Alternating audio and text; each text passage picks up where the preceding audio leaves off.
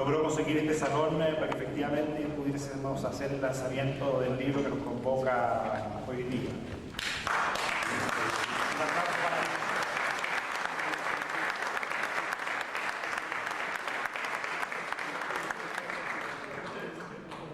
Nuestra ONG Cruzada Solidaria nació como un sentimiento imperioso de hacer justicia y luchar por ella.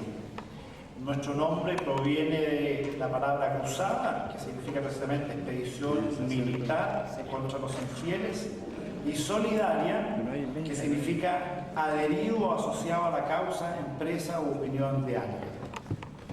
Cabe preguntarse entonces cuál es nuestra causa por la que adherimos y luchamos.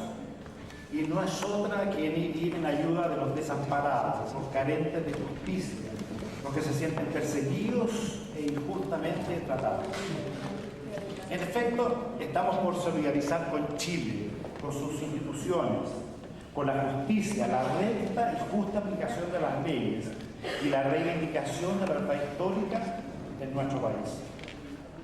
El título del libro que hoy presentamos, Procesos sobre violación de derechos humanos, inconstitucionalidades, arbitrariedades e ilegalidades, es un tema polémico, pero no por ello menos justo. Es obra del abogado, amigo, miembro de nuestra ONG y exmarino Adolfo Paula Torre, de una claridad radical y de un peso argumental indesmentible. Nos acompaña para presentar esta obra Bernardino Bravo Lira, Orlando Sáez Rojas y Alfonso Márquez de la Plata. Permítame, para contextualizar lo que hoy se presenta, leer solo un par de párrafos extractados del libro para resumir su importancia antes de dar paso a quienes presentarán el libro. Paul dice en su página 413, comillas, los militares que están cumpliendo penas de presidio fueron condenados en virtud de sentencias dictadas por tribunales especiales establecidos al margen de la Constitución Política de la República, en ausencia de un debido proceso y atropellando normas legales, principios esenciales del derecho penal, especialmente el de legalidad, que en derecho penal tiene una supremacía absoluta, y valores, derechos y garantías constitucionales. Grave lo que nos dice Adolfo. Los delitos imputados a las militares que son de lesa humanidad por cuanto no cumplen con los requisitos de ese tipo penal, y si lo fuesen, no podrían serles aplicada la imprescriptibilidad de la acción penal, por cuanto la ley 20.357 que los tipifica en Chile entró en vigor recién en el año 2009. Dicha ley establece expresamente que sus disposiciones serán aplicables solo a hechos cuyo principio de ejecución sea posterior a su entrada en vigencia. El decreto ley, sigo comillas del libro, 2191 de 1978, concede una amnistía impropia, está plenamente vigente y debe ser aplicada forzosa e ineludiblemente a todos los condenados por delitos contemplados en dicha ley, dentro del periodo cubierto por ella, una vez terminada la investigación y determinados los responsables y las penas a las que son merecedores. Por tanto, concluye Paul, los militares que actualmente están cumpliendo penas de presidio por delitos contemplados en la ley de amnistía deben ser dejados inmediatamente en libertad, en virtud de la aplicación de dicha ley y de lo establecido en el artículo 93, número 3 del Código Penal. Finalmente, nuestro amigo Paul expresa en su libro: los tribunales no deben acoger a tramitación ninguna querella criminal por hecho acaecido hace 15 o más años. Entonces, cosa de leer los fallos para darse cuenta de que algo anda mal. Los políticos, los magistrados, los decanos de leyes de las distintas universidades a quienes invitamos, supongo algo tendrán que decir para justificar estas aberraciones jurídicas denunciadas en este libro y que se están cometiendo en nuestro país. Finalmente, procesar a ancianos por hechos ocurridos hace más de 40 años no hacen bien a nadie. Ni reparan, ni hacen justicia, sino que simplemente se transforman en venganza. Chile debe cambiar y los jueces a quienes miramos al otro lado ante esta ventana deben comprender sus actos están causando un grave daño al país y a su institucionalidad jurídica aplicando venganza en vez de justicia. Estamos siendo una sociedad enferma que tiene preso a personas de más de 70 años que no se pueden valer por sí mismos, y cabe preguntarse, ¿tiene sentido? ¿Son de verdad un peligro para la sociedad? Quiero dejar a continuación con ustedes a don Alfonso Márquez de la Plata y Arrázaval, que es el editor y el gestor de este libro que hoy día presentamos.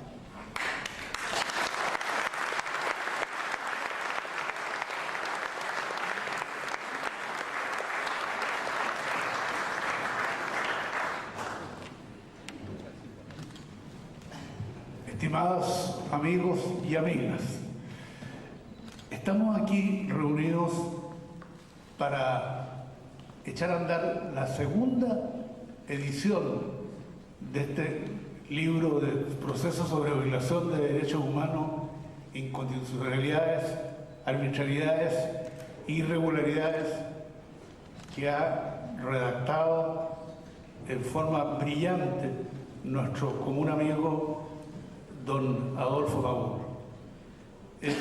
Yo no me voy a referir al libro porque lo van a hacer en forma brillante Bernardino y Orlando. Solamente le voy a dar algunas informaciones como editor de este libro.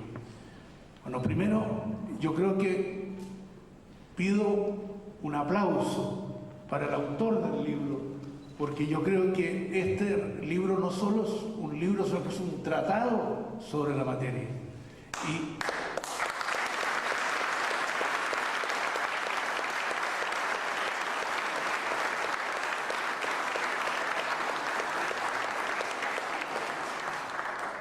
después hay muchas personas que han colaborado en que esto se haga realidad.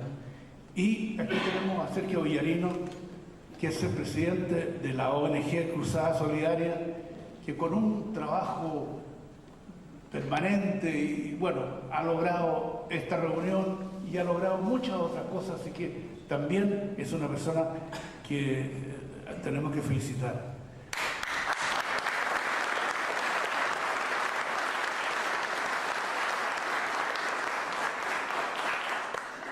Después tenemos en esta soledad en que estamos, los que estamos defendiendo la verdadera historia de Chile, tenemos algunos hitos importantes.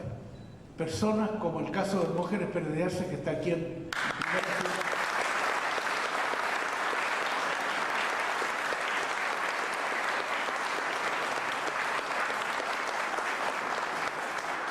que gracias a su brillante pluma, a través de sus mensajes, ha defendido la causa y ha tratado en varias ocasiones este libro. No puedo dejar de mencionar a nuestro querido amigo Fernando Martínez, que está aquí presente, y a la Bernardino.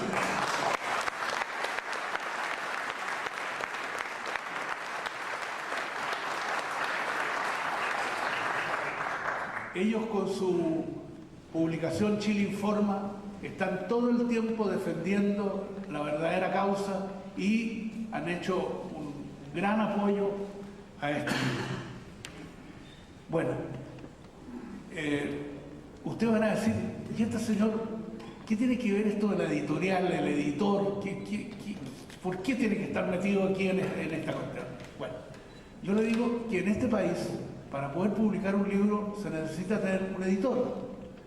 Entonces, yo me encontré hace mucho más de 10 años atrás que habían personas que tienen unos proyectos muy interesantes, pero nadie se los quería publicar, porque era, como decimos, políticamente incorrecto. Bueno, y esto hizo crisis, digamos, cuando alguien me dice que Juan de Dios Vial, el ex rector de la Católica, era amigo de un filósofo y historiador que se llamaba Víctor Faría. Víctor Faría vivía en Alemania durante muchos años, estaba haciendo clases allá, y allá había publicado un libro muy importante sobre Heidegger, que posteriormente y ahora, en estos días, se está demostrando claramente que lo que sostenía Faría era lo correcto. Bueno, el cuento es de que él había descubierto algunas cosas sobre el pasado de Salvador Allende, nuestro ex presidente. Y entonces escribió un libro, se lo presentó a los mismos editores que le habían publicado su libro en Europa, en francés, en alemán, en todos los idiomas, y todos se le corrieron. Entonces llegó al final a Chile, y aquí en Chile también le pasó exactamente lo mismo. Hasta que una persona, buena persona, le dijo: oye, es que tú estás desubicado, Allende no se le puede atacar, no se le puede atacar. Bueno, entonces cayó el ejemplar de Víctor Faría en mis manos y yo dije: bueno, ¿qué hacemos? Una editorial, ¿qué es lo que hay que hacer? Bueno, y en esto me encuentro con un sobrino, Sergio Concha, hijo de mi hermana, que es abogado, y me dice: tío, ¿para qué se complica? Si una editorial es una sociedad de personas, y yo le hago a la sociedad que se hace por escritura pública y se acaba el cuento. Y así como Condorito dice plop, como diciendo, esto no podía ser una cosa más fácil. Bueno, y así partió esta editorial y hemos publicado 45 libros, muchos de ellos de personas que, el mismo cuento, lo mismo que pasaba con Faría, nadie se lo quería publicar porque era políticamente incorrecto. Después me llegaron un libro de un italiano, Mario Spataro, después de un francés, Philippe Chesnay, que había sido de la Air France aquí en Chile, libro muy interesante sobre la situación que vivió el país. Bueno, después llegamos al caso de los militares. Miguel Krasnov, se le publicó su historia, que realmente es una novela. La historia de Miguel Krasnov es realmente una novela. Él es nieto del gran atamán de los cosacos rusos. Su abuelo y su padre pelearon en la guerra porque ellos pelearon por el lado alemán, porque le dijeron a los alemanes: miren, nosotros queremos salvar a Rusia del comunismo, así que denos un frente, nosotros no queremos meternos con ustedes, denos un frente. Bueno, indudablemente fueron derrotados y fueron a caer a un campo de concentración en Austria, y ahí los aliados, en un acto insólito, los entregaron a los rusos, entre ellos los dos Krasnov. Los dos Krasnov fueron colgados en la Plaza Roja, colgados. Un funcionario del Ministerio de Relaciones chileno se acerca a la viuda y a la madre de este niño, que en ese tiempo Miguel era un niño de muy corta edad, y le dice que por qué no se van a Chile, tienen que irse lo más lejos posible de toda esta cosa. Y le consiguen que se vengan a Chile, bueno, y se establecen en Chile. Y Miguel no encuentra nada mejor que entrar al ejército. No le habían contado inclusive la historia de su familia.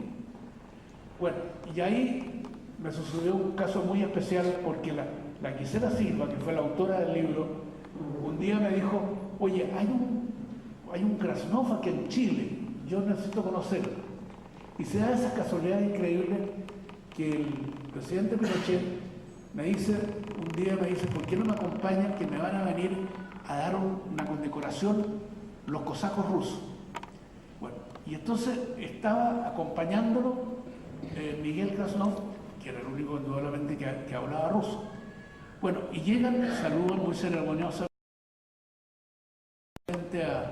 al general Pinochet, pero a Miguel Krasnov se hincan y le besan la mano, como diciendo: es el nieto de nuestro gran jefe. Bueno, ¿para qué le digo todo el cuento del libro? El libro se vendieron 3 ediciones, y un día nos dice, en una visita allá al Penal Cordillera, nos dice que por qué no sacamos otra edición. Entonces, cuando veníamos de vuelta con la Gisela, le dije, pero mira, aunque tengamos que guardarla en la bodega, ¿sí? Esto es la vida de Miguel, es la vida, él está viviendo esta vida. Bueno, y sacamos la 4ª edición y la lanzamos en el Club Providencia. Y ahí la izquierda cometió un grave error, que fue atacarnos. Eso produjo una situación, mientras duraba la ceremonia, apedreaban los techos, tenían mala puntería, así que no le apuntaban a los vidrios. Y bueno, resultado el cuento de que esto se armó un escándalo monumental y esa 3ª edición en 3 días se terminó. Tuvimos que hacer una 4ª edición que se terminó en 3 semanas. Y ahora estamos en la 6ª edición.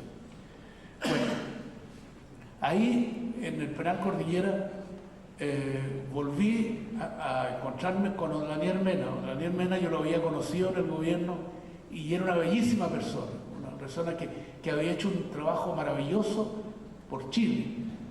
Don Daniel estaba de jefe del regimiento Rancagua en Arica, y cuando vino el 11 de septiembre, la posibilidad de que hubiera una invasión de los moranos era realmente un peligro, porque Arica es un peladero, o sea, en los tanques era cuestión que pasaran nomás.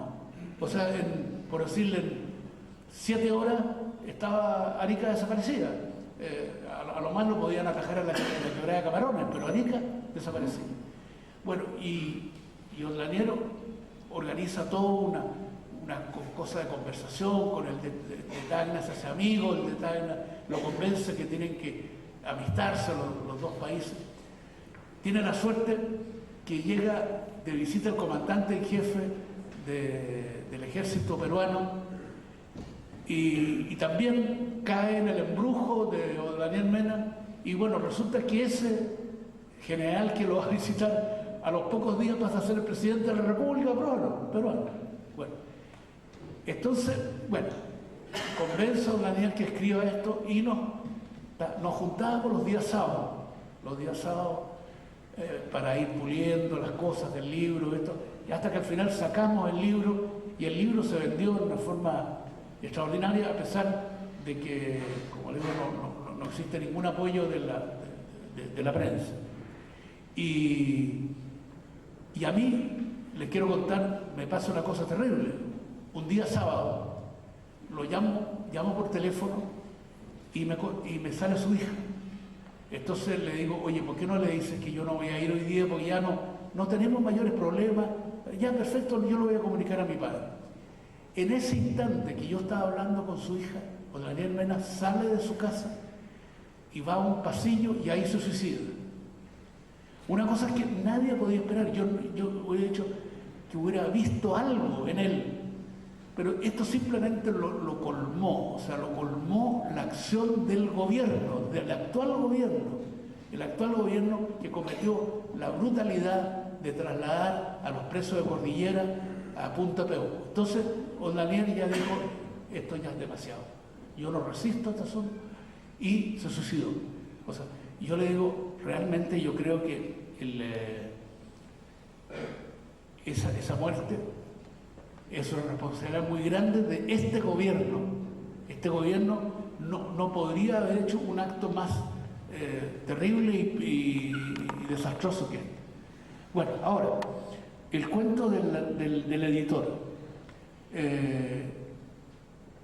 Yo creo que yo tuve que asumir esta responsabilidad, y como le digo, tenemos como 45 libros ya que hemos publicado, así que con eso vamos a seguir con iniciativas como esta de Adolfo, que me parecen excelentes. Bueno, eso es lo que yo les quería contar, y muchas gracias.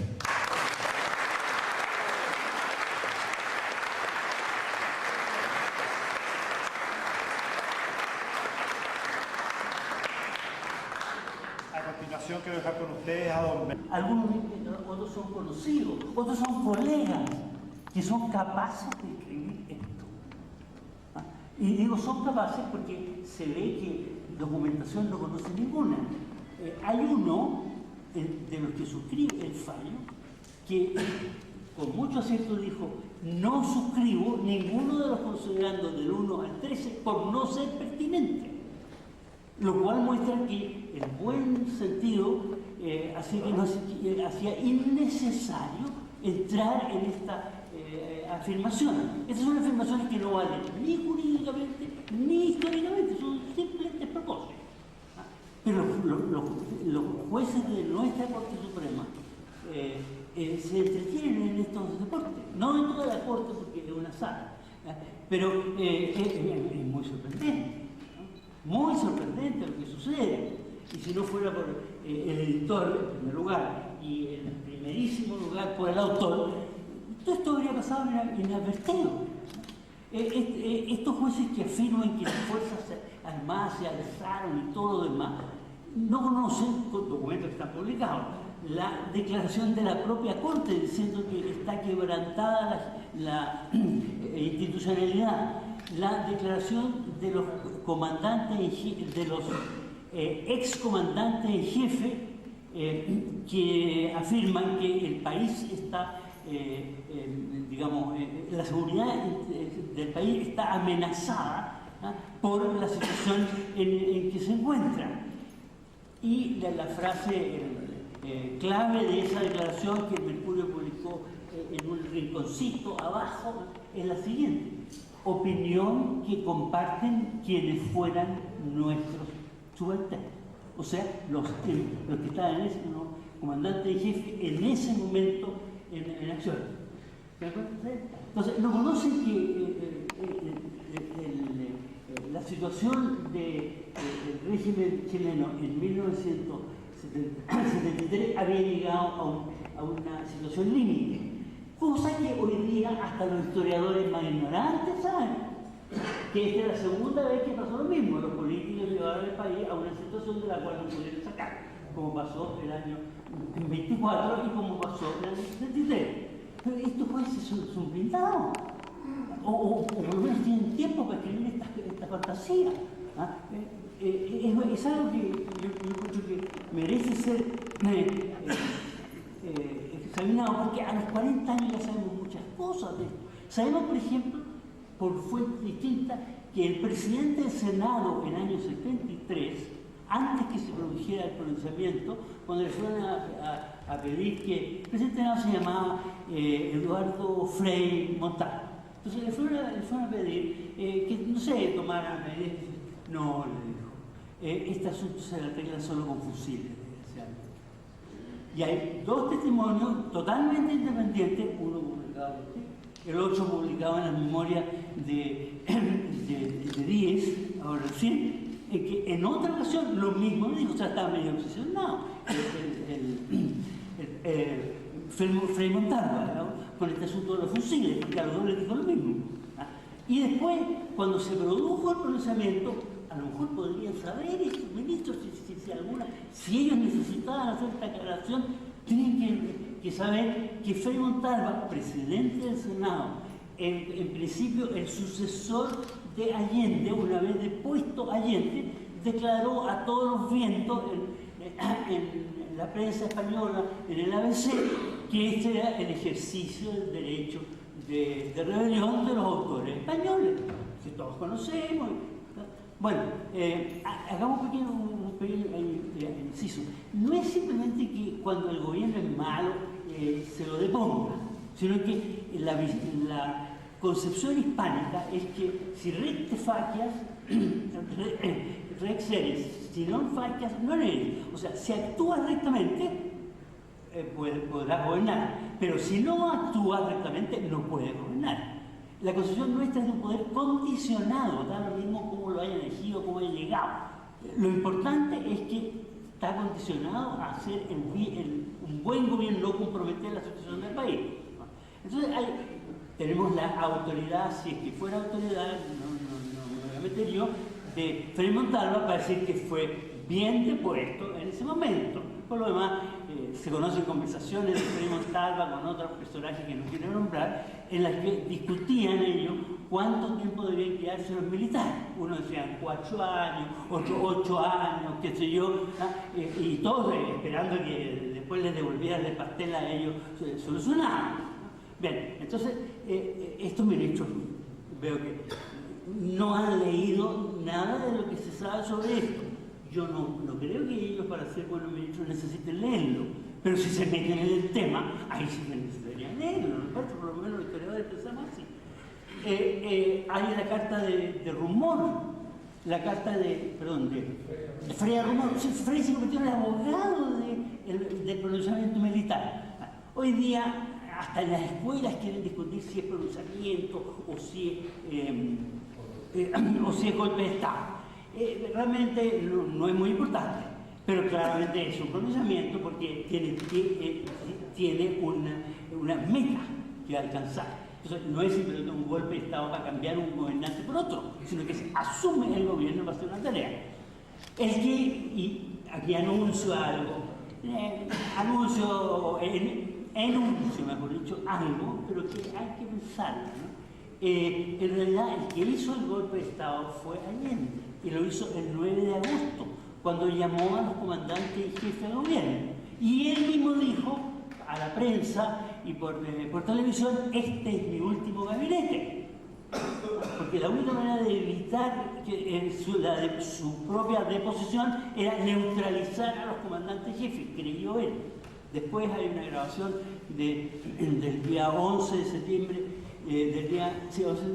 de Pinochet, que dice: no, que se vaya le embarcamos en un avión y no queremos más triquiñuelas, porque Allende se vanagloriaba de que él era capaz de arreglar cualquier cosa mediante alguno de estos artilugios.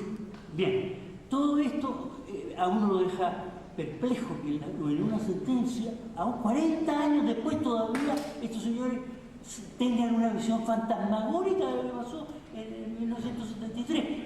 ¿En qué país estamos? Y además que la mayoría del tribunal, de una sala, considere necesario meter como antecedente de la resolución este tipo de afirmaciones que no son históricas, son más bien novelísticas o imaginativas. ¿Ah? Que eso, o sea, ¿será que no? Que ellos tienen una profunda convicción de que esto no se sostiene, que el fallo no se sostiene. Ya vamos a ver qué dice el fallo. Pero que el fallo no se sostiene, que hay que adobarlo con estas opiniones personales de ellos, que en realidad, más que fundamentar el fallo, lo debilitan. Porque ya muestran de partida, ustedes consideran 2 segundos, que ya partieron ellos con una declaración que no hace a la resolución del caso y que revela una ignorancia grasa, supina, vergonzosa a los 20 años, a los 40 años de lo que pasó. Bueno, si esto asombra, veamos entonces qué se dice en esta sentencia. Yo, en realidad, naturalmente no puedo examinar todo lo que aquí, no digo que se promete, se contiene: inconstitucionalidades, arbitrariedades e ilegalidades. Bueno, yo tendría que escribir el libro nuevo, o empezar a explicar el libro de nuevo. El libro se explica solo porque están los documentos, está todo. ¿Ah?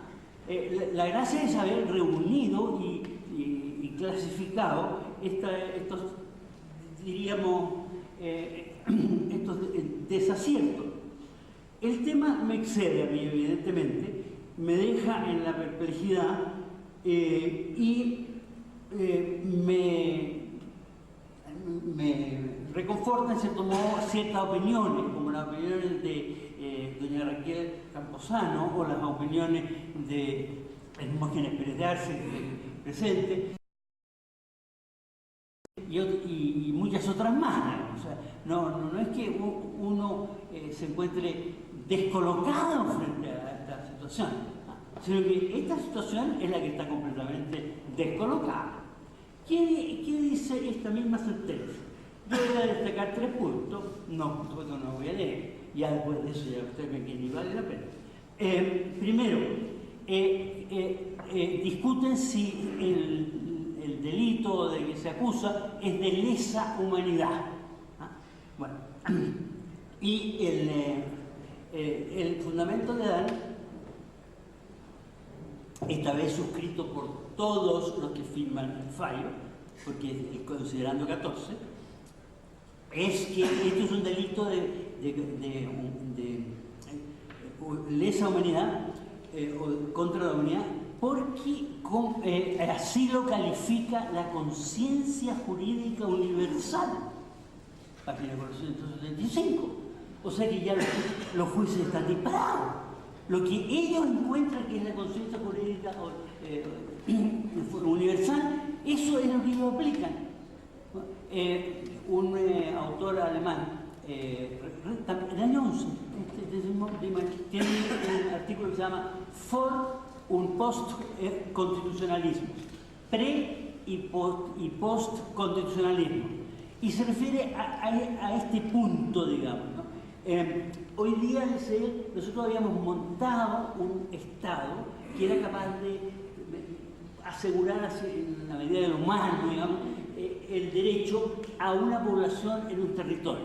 Pero ahora se ha formado una trama tal de organizaciones internacionales y demás que tienen incidencia sobre el Estado, y que incluso por ciertos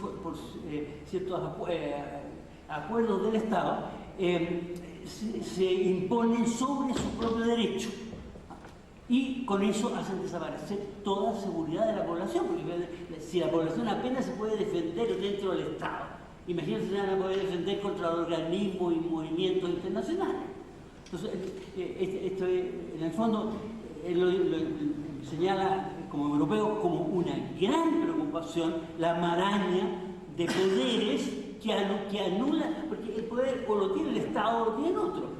Ahora, el Estado lo sigue teniendo en alguna medida, en teoría, y en lo demás está perforado, esa era la expresión, está perforado por estos superpoderes, y va entonces disminuyendo el grado de seguridad que el Estado puede dar.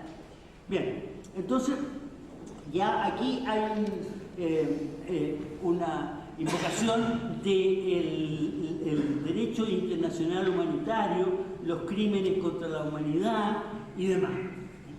Después, el segundo punto es el famoso punto el segundo punto que va siguiendo el razonamiento es el secuestro. Dice, el secuestro es un crimen contra la humanidad según la OEA. Bueno, supongamos, ¿no? Seguramente, ahora a mí me baja muchas dudas que sea según la OEA, porque los Estados Unidos lo practica a pasto, en Guantánamo, en donde sea. ¿Ah? O sea, él sí que secuestra, los Estados Unidos son el mayor secuestrador del mundo. ¿Ah? Otros estados son más primitivos y eliminan, pero los Estados Unidos secuestran árabes, secuestran de todas partes. ¿No? Bueno, entonces no sé si esto de la OEA tenga algún valor. Y ahora bien, esto del secuestro además va unido a declarar entonces imprescriptible el delito. O sea, se va a condenar a una persona aunque haya pasado un largo tiempo o aunque esté prescrito la pena o el delito. Las dos cosas pueden prescribir. Bueno, esto, si hubiera juristas, yo soy jurista historiador y por eso más o menos me codeo, llamémoslo así, con autores de diversos tiempos. Yo diría lo siguiente, la verdad es que la imprescriptibilidad es una cosa, es lo más inhumana que puede existir. Porque cualquier responsabilidad que tenga una persona tiene que desaparecer al cabo de un tiempo razonable y muy corto, porque eso produce la paz social, la tranquilidad y demás. No puede vivir una persona bajo la perpetua amenaza de que en cualquier momento lo van a denunciar, lo van a decir. Eso es lo totalitario, precisamente, eso es lo inhumano, precisamente, ¿no? O sea, yo diría que declarar imprescriptible cualquier delito es una cosa inhumana. Eso sí que es inhumano. Y es renunciar a establecer cuánto tiempo ha transcurrido y si sigue siendo responsable o no. Bueno, y naturalmente procesar a personas de cualquier edad, en fin, cuántas cosas más. La paz social, la prescripción. Hay dos prescripciones, lo digo porque yo sé que ustedes lo conocen, pero lo recuerdo, ¿no? Hay una prescripción que se refiere al dominio. ¿Ah? O sea, si una persona, por decirlo así, se queda con algo de otro, al cabo de un tiempo está bien, ¿no? Se sanea la situación. Y lo mismo, hay la prescripción de los delitos. El señor que hizo algo incorrecto, bueno, al cabo de un tiempo ya no lo puede perseguir más por el delito y tampoco, si lo persiguen, no le pueden aplicar tampoco la pena. Entonces, eso favorece la paz social, sin necesidad de amnistías ni de nada. Pero aquí se trata de que no haya amnistía porque es imprescriptible y de que persista la situación. Y todo esto es aceptado por el ministro de la Corte Suprema con toda tranquilidad. Entonces, ¿qué vamos a hacer los ministros de esta sala? Lo encuentro fantástico. Ahora, después viene el artilugio del secuestro permanente, porque resulta que no resulta, de todos modos puede suceder que ni siquiera con un crimen de humanidad a una persona la puedan condenar. Entonces se inventa de que una persona desaparecida, a lo mejor le iba pasando, a lo mejor lo vio, a lo mejor desaparecida, ya, esa persona está secuestrada. Y el secuestro es un delito que se inventa, que es un delito permanente hasta la fecha en que el juez entra a conocer, o sea que no hay prescripción de nuevo. Y se le puede sancionar por un delito que no ha cometido, porque esa persona, si desapareció una persona, no tiene,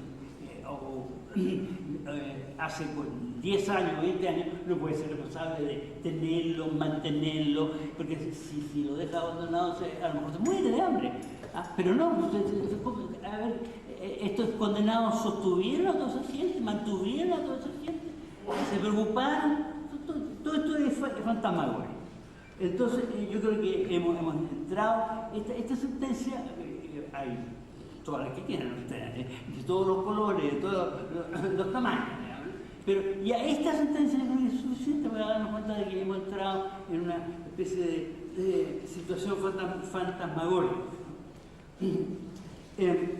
Ahora, no podemos detenernos más en otras arbitrariedades y otras cosas, pero yo querría redondear estas consideraciones a propósito de una sentencia, se podrían hacer a lo mejor más, en 2 o 3 puntos. Uno, la discriminación contra los militares, porque no se puede discriminar contra ningún chileno, pero contra los militares sí que parece que se puede, no solo parece, aquí en la sentencia se considera natural, digamos, ¿no? Y además hay también discriminación, la discriminación puede ser positiva o negativa. Entonces, la discriminación contra los militares está recomendada por el presidente Erwin a la Corte Suprema ni siquiera contestó. Según dice Vial, que es un buen senador, hasta el propio Erwin se dio cuenta que eso era un disparate. ¿Ya? Pero en fin, yo no he encontrado el texto, pero lo afirmo. Entonces, hay una discriminación contra los servidores de la patria. Y hay otra discriminación en favor de los terroristas. Las dos hechas por el mismo Alwin. Es una maravilla, Alwin. En la historia de Chile no se había visto una cosa semejante. Entonces, resulta que los terroristas, el último acto de su gobierno fue indultar a los terroristas. O sea, los terroristas no pueden ser acusados, encausados o castigados. Y los primeros actos de su gobierno fue trabajar por la imprescriptibilidad de los delitos que se les imputan a los militares, que se les imputan. Entonces, los militares están siempre obligados a contestar cualquier acusación o denuncia que se haga. En cambio, nosotros, pues, como eran terroristas, no tiene ninguna importancia. Los servidores de la patria, esos sí que después que han cumplido sus funciones, tienen que responder de cualquier denuncia y ser llevados a los tribunales.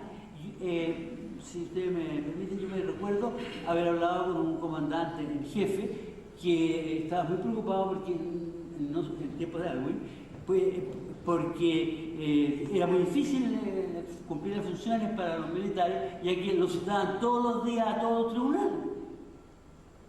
Entonces, realmente era una cosa increíble. Es una forma de discriminación. ¿Ah? Antes se había hecho en Chile la discriminación contra los comunistas, por ejemplo, la ley del año 48. Pero ahora los comunistas se hizo pretextando, con los razón, que conspiraban contra la seguridad del Estado. En cambio, de los militares jamás se dijo ni se supuso tal cosa. Eran delitos contra la humanidad, qué sé yo. Entonces, esta práctica mantenida durante 40 años clama, sí, evidentemente, no tiene ningún sentido. Ahora, segunda consideración, y es la siguiente. ¿Por qué o cómo es posible que en Chile no se haya dictado una ley de amnistía? Y si hay una ley de amnistía, la perforen por todos lados para que no se aplique. O sea, ¿por qué no se quiere amnistía en Chile? Bueno, yo como historiador no puedo dar ya una respuesta terminante, pero puedo sí mencionar un hecho que normalmente no lo he visto mencionado. Chile vive desde el año 1990 en empate. Hay dos bloques, uno el de el gobierno cívico-militar y el otro del gobierno de los partidos y cívicos. Entonces, estos dos afloran en el plebiscito del año 1988. El plebiscito empate, en que uno saca el 43% y el otro saca el 54%, como 10% de diferencia. El año 90 viene Menem, presidente de Argentina, a Chile, y a la transmisión del mando, y le preguntan, ¿y qué opina usted del presidente Pinochet? No puedo ocultar mi admiración, le dice un presidente que después de 16 años tiene un 40 y tantos % de los votos. Eso no se ve en América. Bueno, este es el primero que advirtió el empate. O sea, que esta situación se producía. Y después podemos ver que Pinochet perdió el plebiscito con un 43% en 1990, o la elección del 90 perdió con un 43%. Y hoy día, o sea, hace pocos meses, la señora Bachelet ganó con un 47%. O sea, estamos 43-47. ¿Con qué diferencia? Que Pinochet tenía el 43 sobre 6,9 millones de votantes. Ahora la gente ya está tan aburrida de votar que solo votaron 5.700.000 en la última elección, y de esos 5.700.000 sacó el 47% la señora Bachelet. O sea, se ha mantenido durante estos 40 años un empate, y este empate, esto sí que ya lo he estudiado, tiene consecuencias institucionales muy claras. Por ejemplo, no se gobierna para los grandes intereses del país, sino para impedir que se revierta el empate. El pánico es que se revierta el empate. Entonces tenemos un presidente cuadrienal aterrado porque se revierta el empate si le va mal. Bueno, y eso ha hecho que se pueda mantener una política de discriminación a los militares como seña de que el gobierno actual, el gobierno de la concertación, se afirma en una precaria mayoría frente al resto. Bien, entonces esa es la característica del empate, es la de los últimos 40 años. O sea, hay que tenerlo en cuenta. No voy a detallar las elecciones. Y eso efectivamente es lo que es un factor. Ahora, dentro de lo que habría que examinar, no lo he examinado, es hasta qué punto los jueces juegan también en el empate, favoreciendo al gobierno, para que no pierda su mayoría, digamos, ¿no? Ya que el gobierno es el que normalmente nombra a los jueces a lo largo de la carrera. ¿Hasta qué punto eso influye en que la judicatura esté también condicionada o haga estas declaraciones fantásticas que hemos visto? Bueno, yo los dejo a ustedes con la inquietud sobre este tema.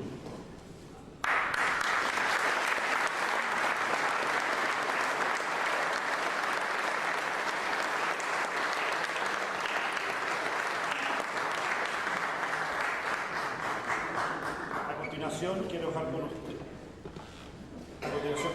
ustedes a don Orlando Sáenz Rojas. Don Orlando Sáenz Rojas es ingeniero civil de la Universidad Católica de Chile, con estudios de posgrado en Escolatina. Ha ejercido sus actividades profesionales en Chile y en el extranjero. Fue asesor económico del Ministerio de Relaciones Exteriores y ha representado a Chile en diversos organismos internacionales. Se ha desempeñado como profesor en materias de su especialidad y ha dictado conferencias, clases magistrales y seminarios en diversas universidades chilenas y extranjeras. Es autor del libro Un país en quiebra, editado en Chile en 1972, y ha sido columnista regular en diversos diarios y revistas. Ha sido y es director y presidente de numerosas empresas nacionales y extranjeras. Fue presidente de la Federación de Estudiantes de la Universidad Católica y entre los años 1971 y 1974, presidente de la Sociedad de Fomento Fabril. Don Orlando Sáenz Rojas, lo dejo a continuación con él.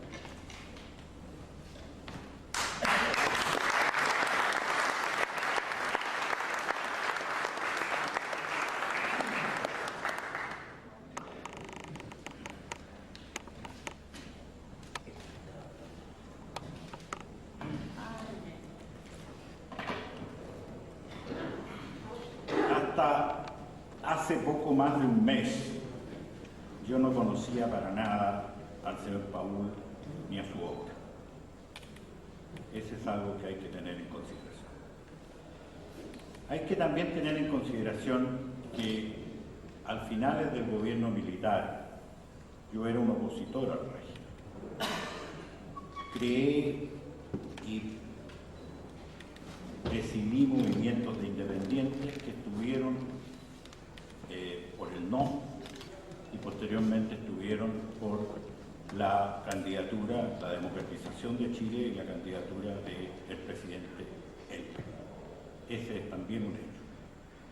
Y también es un hecho que como candidato a parlamentario en la elección del año 89 hice de la petición de investigación y castigo de las violaciones de derechos humanos ocurridas durante el periodo del presidente Pinochet una parte central de mi discurso de esa época. Eso también es un hecho. Por lo tanto, esos tres hechos sumados me obligan a explicarles por qué hoy, con complacencia y honor, estoy aquí. Porque parece un contrasentido. Pero es un contrasentido bastante fácil de explicar. A partir del año pasado, la evolución de Chile comenzó a producirme creciente inquietud, creciente malestar, y eso se tradujo en que me escocieron las manos y comencé a escribir periódicamente artículos que hacía con ellos lo único que podía hacer, que era enviarlos al Mercurio, concretamente. Algunos los publicaron, otros no los publicaron. Pero los que publicaron bastaron para que comenzara a menudear en mi oficina una llegada de comentarios, de incluso visitas personales de gente que quería rebatirme o reafirmarme y sobre todo dar opiniones, que era lo más valioso de todo, respecto a muchos aspectos que intuían tocados y que motivaban mi actividad. Esta lluvia de comentarios comenzó a preocuparme en cuanto muchos de ellos provenían de miembros en retiro de las Fuerzas Armadas. Y eso empezó a generar en mí la creciente sensación de que se había producido un abismo de resentimiento, de desconfianza entre la sociedad civil y la sociedad militar. Esta situación llegó a su cúspide con la celebración vergonzosa, a mi juicio, del 40 aniversario del movimiento militar de 1973. Esa celebración, que fue para mí personalmente muy dolorosa, motivó un artículo especialmente melancólico, podríamos llamar, dedicado al tema de la falsificación de lo ocurrido en 1973 y del significado de antes y después de lo que entonces había ocurrido. Ese artículo hizo que la llovizna de comentarios se transformara en una lluvia persistente y comenzó a aparecer ante mis ojos toda la amplitud del abismo que yo me había sospechado. Eso motivó que yo, ya francamente inquieto, decidiera hacer una pequeña recopilación de los argumentos que había escuchado respecto a por qué se había producido este abismo. Y escribí un artículo que nunca vio la luz pública sobre el tema de el resentimiento militar producto del tratamiento que había tenido el problema de los derechos humanos durante los 25 años de democracia después de la salida del general Pinochet.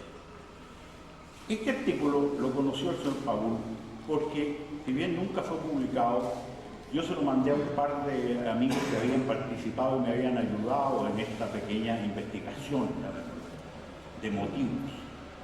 Y alguno de ellos, él no me quiso decir quién, le habrá traspasado a él una copia, porque él lo leyó.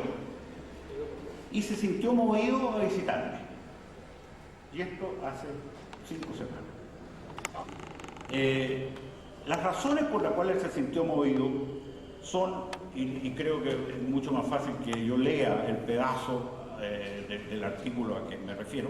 Este artículo se compone de una introducción en la cual simplemente yo hago notar. Como es corto, lo voy a leer también porque yo creo que sitúa lo que sigue en su debido contexto. Dice, se llama Militares. Desde que existe historia de naciones y estados, es posible apreciar cómo todos ellos, sin excepciones, han tenido que adaptarse y resignarse a la siempre difícil convivencia con dos grupos internos que, siendo imprescindibles, llevan una vida segregada, regida por costumbres, reglas, prácticas y hasta éticas distintas de las del resto de sus conciudadanos. Y ello por la naturaleza y praxis propia de sus funciones. Esos grupos son el de los militares y el del clero. La historia también nos enseña que la incomprensión o el desconocimiento de estas insoslayables diferencias ha conducido en numerosas ocasiones a amargos y prolongados conflictos. Cuando un ciudadano abraza la carrera militar, pone su vida a disposición de la irrestricta defensa de su patria y de sus conciudadanos y abdica de numerosos derechos que asisten a sus compatriotas. Para él no habrá horarios máximos, ni derecho a huelgas o siquiera manifestaciones. No habrá oportunidades de fortuna ni de carreras meteóricas. Más trascendentalmente aún, debe renunciar a buena parte de su libre albedrío, porque siendo el acatamiento ciego y la coordinación perfecta requisitos indispensables para la eficiencia bélica, es necesario postergar los instintos y la conciencia individual en aras del sacrosanto principio de la obediencia debida. Entre conocimiento de las importantísimas restricciones que la vida militar impone a sus cultores y atendida la insoslayable necesidad de ella, todos los estados les otorgan y les han otorgado un estatus especial con sus propias leyes, sus propias tradiciones, sus propios tribunales, su propia revisión y hasta su propia ética. Todo ello porque sería impensable regir un universo tan diferente con las mismas reglas y criterios con que funciona el resto de la sociedad. En tiempos normales, las enormes diferencias entre el mundo militar y el mundo de los civiles no generan mayores problemas, básicamente porque se mantienen separados hasta físicamente. Pero cuando, por las circunstancias que sean, los militares se transforman en soporte directo de un gobierno, los roces entre los dos sistemas de vida se multiplican y derivan en conflictos de dolorosas consecuencias. Es precisamente lo que ocurrió en Chile durante el largo régimen liderado por el general Augusto Pinochet. Esto es la introducción.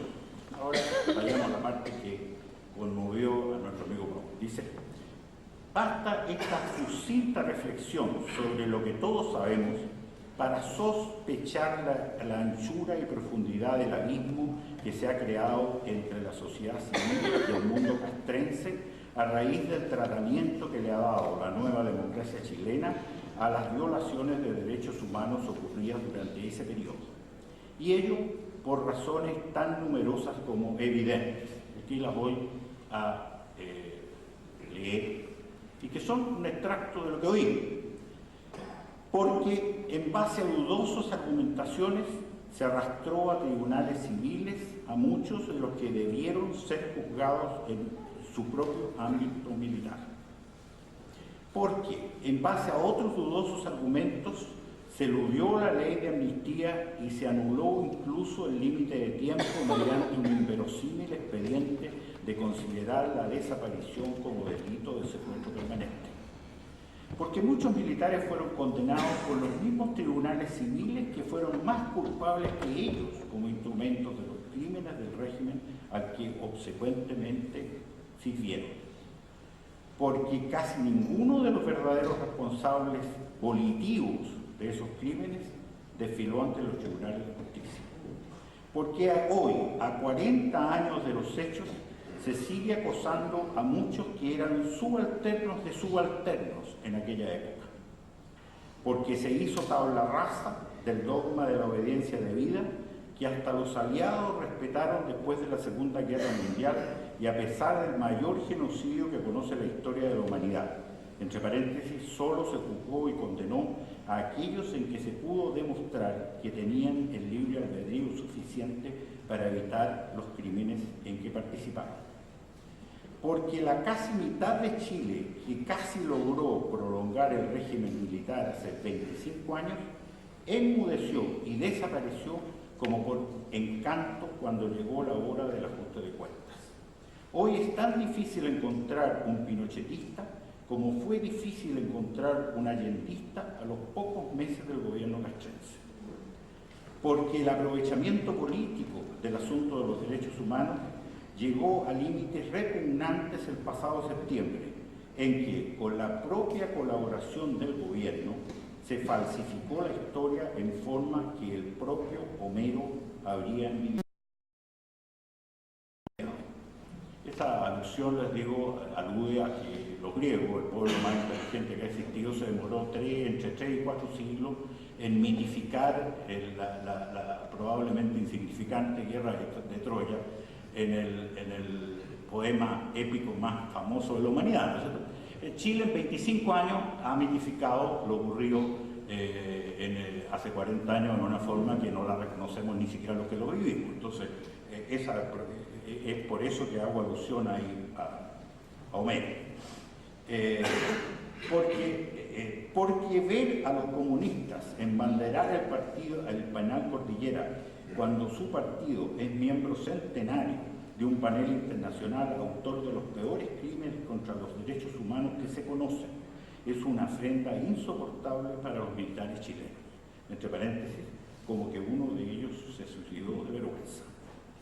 Porque la repetida historia de que todo lo ocurrido afecta a personas y no a la institución militar es un eufemismo que no creen ni los que lo afirman, porque de sus caídos en la guerra sucia nadie se acuerda en el mundo civil, mientras que Santiago arde en cada aniversario del joven combatiente que cayó desafiando la ley y el orden. Bueno, esa es la enumeración de causales del abismo que yo detectaba. Y terminé con el comentario siguiente. No se vaya a creer que esta numeración significa que yo piense que los crímenes de los militares durante el gobierno del general Pinochet debieron quedar impunes. De hecho, como candidato parlamentario de la Concertación en las elecciones de 1989, clamé públicamente por verdad y justicia y me sentí muy orgulloso cuando el presidente Elwin inició ese camino a pesar del estrecho espacio de maniobra que tenía su gobierno. Pero en un cuarto de siglo, lo que comenzó siendo verdad y justicia se convirtió en escarmiento y venganza, y últimamente en caza de brujas y aprovechamiento político, en que hasta el Partido Comunista enarbola la defensa de derechos humanos mientras se le caen de la mochila los recuerdos de Stalin, Ceausescu, los Castro y la Plaza Tiananmen, ante los cuales no hizo otra cosa que rendir homenajes.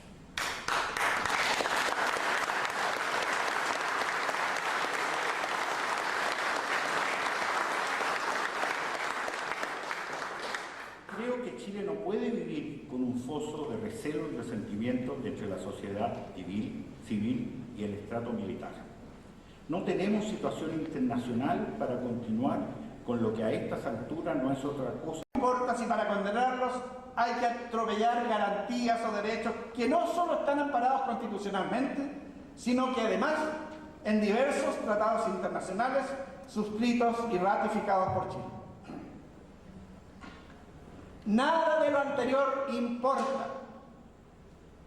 Todo principio, toda norma jurídica, toda legalidad, toda garantía constitucional, toda verdad, toda justicia, toda decencia y todo buen sentido pueden ser atropellados si ello es necesario para satisfacer los ánimos de odio y de venganza. Lamentablemente, tamaña corrupción no conmueve a nadie. Sobre esto, nadie habla. La sociedad guarda silencio, en general por ignorancia. Y la dirigencia política también guarda silencio, pero este silencio es doloso. La verdad es que en el año 1973, ante la gravísima situación que se vivía, la anarquía, la violencia generalizada, el terrorismo y la desesperanza, la usurpación de propiedades, la expropiación de tierras e industrias, la destrucción de la economía, de las instituciones políticas y de la democracia, el riesgo inminente de una guerra civil y de la instauración de una dictadura totalitaria en nuestra patria, la enorme mayoría de la ciudadanía pidió la intervención de los militares. Sin embargo, esos mismos que pidieron a gritos la intervención militar y que se beneficiaron de los prodigiosos cambios que tuvo Chile, ahora dicen: ¡qué horror! Hubo muertos, torturados y desaparecidos. Yo nunca justifiqué el golpe. Yo me que no le parece. Yo siento una especial sensibilidad por quienes vieron sus derechos conculcados durante el gobierno militar. ¿Y quiénes sienten una especial sensibilidad por los militares que murieron, que quedaron mutilados o incapacitados, o que expusieron sus vidas para salvar a Chile y a los chilenos y que actualmente son sujetos del odio y de la venganza? ¿Y quiénes sienten una especial sensibilidad por los militares que son presos políticos?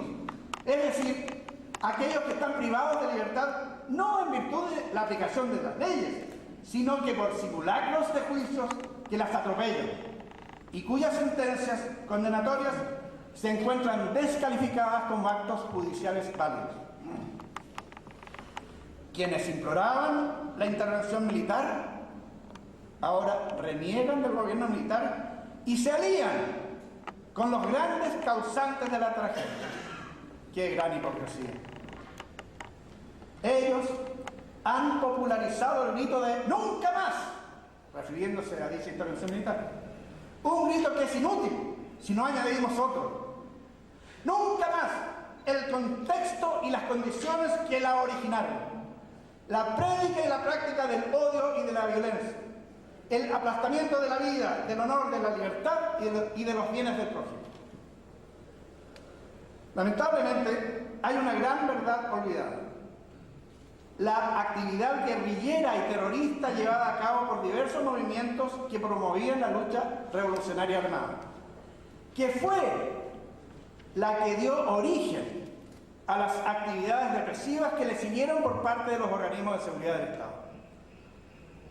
Al respecto, es preciso destacar que la denominada guerrilla es una verdadera guerra.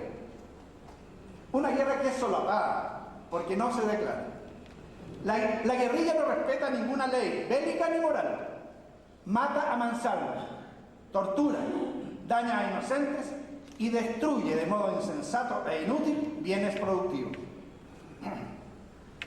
Para llevar a cabo con éxito la colosal tarea de reconstruir a una nación en ruinas y para recuperar el orden necesario para desarrollar las diversas actividades nacionales, era imprescindible desbaratar la acción de los subversivos armados, para lo cual fue preciso utilizar la violencia legítima del Estado. A contar del 11 de septiembre de 1973 y durante los años siguientes, los militares estaban en guerra contra el enemigo, constituido por los terroristas y los guerrilleros urbanos y rurales. El referido enemigo no era una entelequia, sino que algo real y concreto. Al respecto, bastaría mencionar a José Gregorio Liendo Vera, más conocido como Comandante Pepe, militante del MIR y líder del movimiento campesino revolucionario, cuya base de operaciones estaba en el complejo forestal y maderero de Panguipulli, quien, en una entrevista concedida a la periodista Nena Osa y en relación con los objetivos de la lucha, declaró, pregunta, ¿cuál es el plan de fondo de ustedes a corto, mediano y largo plazo? Respuesta, tomarnos los campos y los pueblos del sur, violentamente si es necesario, mientras en Santiago el MIR se toma la ciudad y bajan a unirse con nosotros a medio camino. Pregunta, o sea, la meta es tomarse todo Chile violentamente. ¿No les importa si muere gente? Respuesta, claro que violentamente. Tiene que morir 1 millón de chilenos para que el pueblo se compenetre de la revolución y ésta se convierta en realidad. Con menos muertos no va a resultar. Ese era el tipo de personas a los cuales los militares debieron enfrentarse, que estaban decididas a practicar un verdadero genocidio. No se trataba de delincuentes comunes. ¿Es tan difícil comprender esta realidad? Aparentemente sí lo es para los jueces.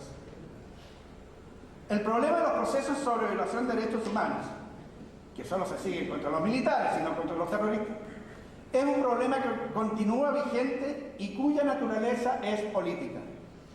Su solución, por lo tanto, debe ser de la misma naturaleza. Lamentablemente, los órganos políticos, ejecutivo, legislativo y partidos políticos, no han cumplido su tarea. Se han desligado del problema y lo han puesto sobre los hombros del Poder Judicial. Y la Judicatura tiene una incapacidad natural para solucionar un problema que es esencialmente político y no judicial. ¿Y cómo solucionan el problema de los tribunales de justicia? Lo hacen de acuerdo con la función judicial que les es propia, pero juzgando a los militares como si los delitos que les son imputados hubiesen ocurrido en el día de hoy, en una época de plena normalidad y sin considerar que el contexto social histórico fue circunstancia decisiva de los abusos y hechos delictivos, los que se inscribieron dentro del marco de la represión de los atentados terroristas que los militares debieron combatir. Y eso no es todo. En el ejercicio de la precitada función judicial se da otro hecho gravísimo, que los tribunales no someten su acción a la Constitución y las normas dictadas conforme a ella, lo que produce una deslegitimación constante del Poder Judicial, una institución clave en el Estado de Derecho. Todo lo anterior se traduce en el sometimiento a proceso y en el encarcelamiento hasta el día de hoy de militares que hace 40 años expusieron sus vidas en el cumplimiento de dicha penosa tarea, mientras que los culpables del desastre miran para otro lado y no asumen su responsabilidad. El hecho cierto es que los jueces abusan de sus facultades jurisdiccionales e imponen su voluntad por sobre el mandato explícito de la norma. Nunca se habían dado en Chile los atropellos a la verdad y a la ley que están teniendo lugar bajo nuestra judicatura actual. Dado que los tribunales de justicia no dan señales de querer modificar su actuar inconstitucional, arbitrario e ilegal, la única manera de poner término a la iniquidad judicial contra los militares, que denuncio en mi libro, es la dictación de una nueva ley de amnistía, como la que propuso en el año 1995 el presidente Piñera cuando era senador. Ya han pasado 40 años desde la ocurrencia de la mayoría de los trágicos sucesos que se siguen investigando por los tribunales de justicia y por los que se continúan abriendo absurda e ilegalmente nuevas causas criminales. Condenar a cientos de militares, muchas veces sin pruebas, a morir enfermos y martirizados en una cárcel, lejos de sus familias, no constituye un camino que contribuya al bien común de nuestra sociedad, ni ayudará a obtener la paz y la reconciliación entre compatriotas. Ya es hora de decir basta al abuso y a la odiosa persecución contra los militares. Urge ponerle fin a procesos con claras connotaciones políticas, extinguiendo toda acción vengativa en contra de los militares para clausurar un pasado violento y cargado de odios y de discordia, promover la unión nacional y afianzar la paz interior. Es preciso un acuerdo político para cerrar las heridas del pasado y mirar unidos al futuro. Una ley de amnistía contribuiría a superar odios y rencores, a olvidar el trágico pasado político y a dar pasos en la búsqueda de la reconciliación nacional. El perdón nos permitiría dar vuelta a la página y poner fin a la crisis política más grande del siglo pasado. Ya es hora de que nuestra sociedad se reconcilie, lo que solo se logrará rescatando los principios básicos en que se funda el Estado de Derecho y superando odios y prejuicios. Ello pasa por una honesta interpretación de lo sucedido en Chile desde 1964, admitiendo culpas compartidas y considerando que todos fuimos víctimas de un mundo ideologizado y desquiciado por la Guerra Fría. No pierdo las esperanzas de que el presidente Sebastián Piñera proceda, el último día de su mandato, a decretar indultos particulares para todos los militares que actualmente se hayan privados de libertad, tal como lo hizo el presidente Patricio Aylwin con los asesinos de 5 escoltas del presidente Pinochet. Con tal actitud honraría, al menos en parte, el compromiso contraído ante un numeroso grupo de militares en retiro en el Círculo Español el día 8 de noviembre del año 2009, durante el periodo de campaña presidencial. Tampoco pierdo las esperanzas de que la próxima mandataria, Michelle Bachelet, como presidente de todos los chilenos y velando por el bien común, impulse, a través de los senadores que la apoyan, una nueva ley de amnistía como la que propongo en mi obra, la que no está prohibida por tratados internacionales como algunas voces señalan. Siendo realistas, ella es la única persona que podría hacerlo, dado el gran apoyo ciudadano que obtuvo durante las últimas elecciones y considerando que cuenta en el Congreso con una cantidad de votos más que suficiente para aprobar una ley tal. La futura presidenta tiene la oportunidad de hacer lo que hizo Nelson Mandela en Sudáfrica y, como él, trascender en la historia como una gran estadista, reconciliar a Chile y lograr el definitivo reencuentro del mundo civil con sus fuerzas armadas y de orden, las de ayer, las de hoy y las de siempre. La dictación de una ley de amnistía constituiría una potente señal para dejar atrás el pasado, una decisión de altura con visión de futuro y un gesto de humanidad y de grandeza que enaltecería tanto a la clase política en general como a la mandataria en particular. Tal decisión contribuiría, además, a la amistad cívica, la unidad nacional y a la grandeza de nuestra patria. Muchas gracias.